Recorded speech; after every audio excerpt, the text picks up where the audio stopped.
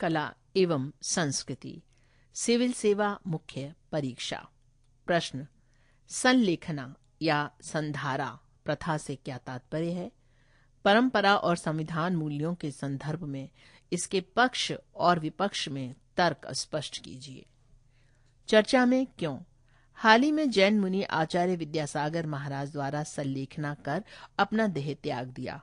दिगंबर मुनि परंपरा के आचार्य विद्यासागर महाराज ने अपने जीवन काल में लगभग 505 जैन मुनियों को दीक्षा दी। परीक्षा विशेष, संलेखना प्रथा मान्यता पर पक्ष और विपक्ष में तर्क, ऐतिहासिक संदर्भ, चंद्रगुप्त द्वारा संलेखना, अनुच्छेद 21 और अनुच्छेद 26 के आधार पर तार्किक निष्कर्ष आदि। उत्तर, संलेखना या संधारा जैन धर्म की नैतिक आचार परंपरा के अनुसार एक व्रत है।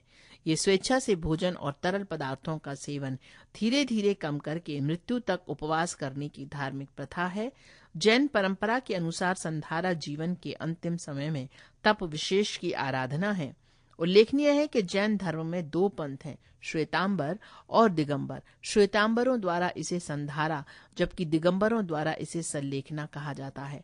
संधारा की शुरुआती लघु अवधि के उपवास को नौकार्थी कहा जाता है और जब इसे ही बढ़ाकर 3 घंटे किया जाता है तो इसे पूर्थी कहा जाता है।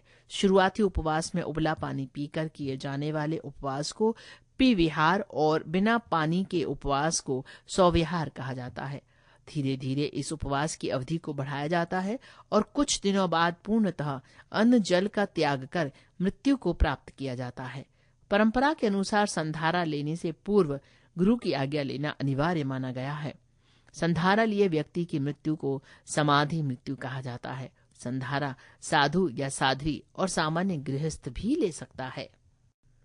संधारा परंपरा और विवाद।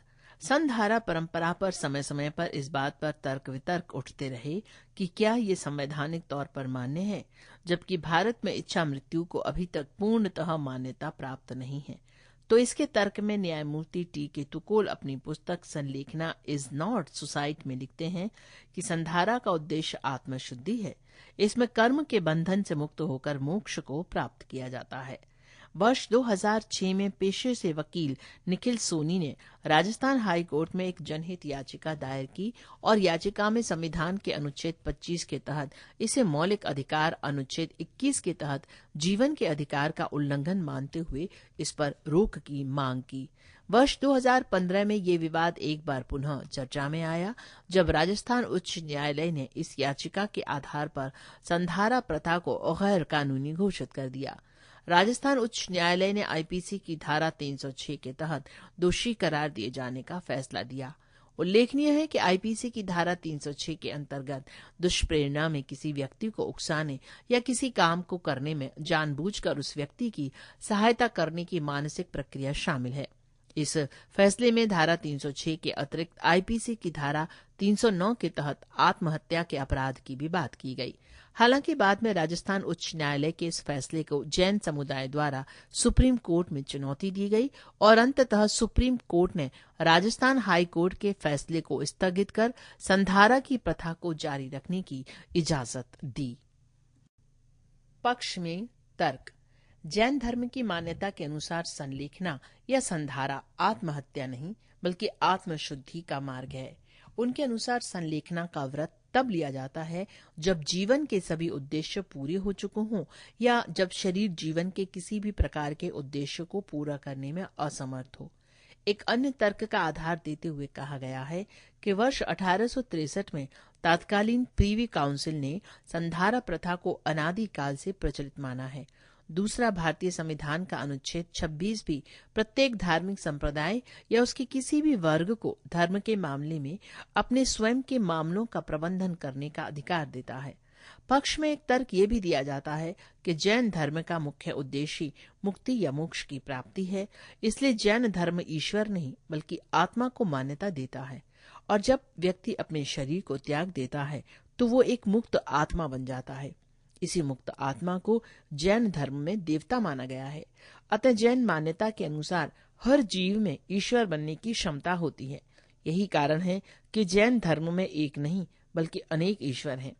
जैन मतावलंबियों का मानना है कि संधारा का निर्णय शांत, एकचित्त और हर्षोल्लास के साथ लिया जाता है, जबकि आत्महत्या का निर्णय तनाव, कुंठा या किसी दबाव में लिया जाता है। इसके अतिरिक्त आत्महत्या एक क्षणिक प्रक्रिया है, जबकि संधारा एक धीमी और लंबी प्रक्रिया है। इसमें व्यक्ति चाहे तो व्रत तोड़ भी सकता है। ऐतिहासिक काल में भी मौर्य वंश के संस्थापक चंद्रगुप्त मौर्य ने श्रावण बेलगोला, कर्नाटक पर जाकर संलेखना लिया था। पृष्ठ संख्या 51। आलोचनात्मक परीक्षण। पक्ष और विपक्ष में तर्कों के आधार पर प्रथम दृष्टया इस मामले में सहमति या असहमति की राय बन सकती है, लेकिन जब इसे थोड़ा आलोचनात्मक दृष्टि से देखा जाए तो सवाल उठता है कि क्या अनुच्छेद 26 की स्वतंत्रता अनुच्छेद 21 कोष्ठक के भीतर जीवन जीने का अधिकार कोष्ठक बंद के उल्लंघन की अनुमति देता है।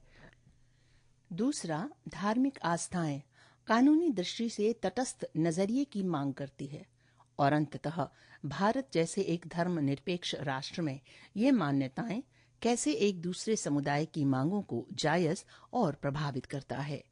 अनुच्छेद 25 प्रत्येक नागरिक को अपने धर्म का प्रचार और अनुच्छेद 26 उसे प्रबंधन करने का अधिकार देता है, बशर्ते इससे सार्वजनिक व्यवस्था, नैतिकता और स्वास्थ्य के विपरीत कृत्य न हो। अतः इस आधार पर संधारा का समर्थन करने वाले समुदाय का तर्क है कि संधारा न तो किसी सार्वजनिक व्यवस्था, न ही नैतिकता और न ही किसी स्वास्थ्य के विपरीत कृत्य है। वहीं दूसरी ओर अनुच्छेद 21 जीवन का अधिकार, जिसमें कहा गया कि कानून द्वारा स्थापित प्रक्रिया के अलावा किसी भी व्यक्ति को उसके जीवन या व्यक्तिगत स्वतंत्रता से वंचित नहीं किया जा सकता है। प्रश्न चिन्ह लगता है कि क्या धार्मिक प्रथाओं के आधार पर जीवन के इस मूलभूत अधिकार का उल्लंघन किया जा सकता है। इस संबंध में तर्क दिया जाता है कि संधारा के साथ कोई अवैधता या आपराधिकता नहीं जुड़ी है, क्योंकि ये केवल जीवन जीने की कला के समान ही मृत्यु की कला में महारत हासिल करने की एक जैन परंपरा का हिस्सा है। दूसरा, सुप्रीम कोर्ट ने भी माना है कि किसी को अपनी पसंद के धर्म को मानने के संवैधानिक रूप से गारंटीकृत अधिकार में उसके सिद्धांतों, परंपराओं और रीति रिवाजों का भी पालन करना शामिल है। इसके अतिरिक्त अनुच्छेद 21 का दावा तभी किया जा सकता है जब किसी व्यक्ति को अनुच्छेद 12 में परिभाषित राज्य द्वारा उसके जीवन या व्यक्तिगत स्वतंत्रता से वंचित किया जाता है। इस प्रकार निजी व्यक्तियों द्वारा अधिकार का उल्लंघन अनुच्छेद 21 के पूर्वावलोकन के अंतर्गत नहीं आता है। धर्मनिरपेक्षता राज्य के संबंध में भी सुप्रीम कोर्ट ने अहमदाबाद सेंट जेवियर्स कॉलेज बनाम गुजरात राज्य 1975 केस में फैसला सुनाते हुए कहा कि धर्मनिरपेक्षता का अर्थ न तो ईश्वर या धर्म विरोधी है, न ही समर्थक। ये तटस्थता के सिद्धांत पर आधारित है। निष्कर्षता किसी भी धर्म समुदाय की आस्थाएं और परंपराएं उसे एक विशेष नजरिए से देखने का दृष्टिकोण प्रदान करती है। एक ही संस्था किसी के लिए मानवीय तो किसी के लिए अमानवीय हो सकती है। अतः ऐसे मामलों में अंततः हमें अपनी कानूनी व्याख्याओं, तटस्थता और धार्मिक आस्थाओं के आधार पर ही सहमति या असहमति का दृष्टिकोण बनाना चाहिए। सिविल सेवा प्रारंभिक परीक्षा। प्रश्न, निम्नलिखित प्रश्नों पर विचार कीजिए। 1. संलेखना या संधारावश 2006 में सुप्रीम कोर्ट द्वारा अनुच्छेद 21 का उल्लंघन बताते हुए रोक लगा दी गई है। 2. अनुच्छेद 26 किसी धार्मिक संप्रदाय के लोगों को धर्म के मामले में अपने स्वयं के मामलों का प्रबंधन करने का अधिकार देता है। उपर्युक्त कथनों में से कौन सा या से सही है या है? ए केवल 1, बी केवल 2, सी 1 और 2, डी ना तो 1 ना ही 2। इसका उत्तर है बी, यानी केवल 2।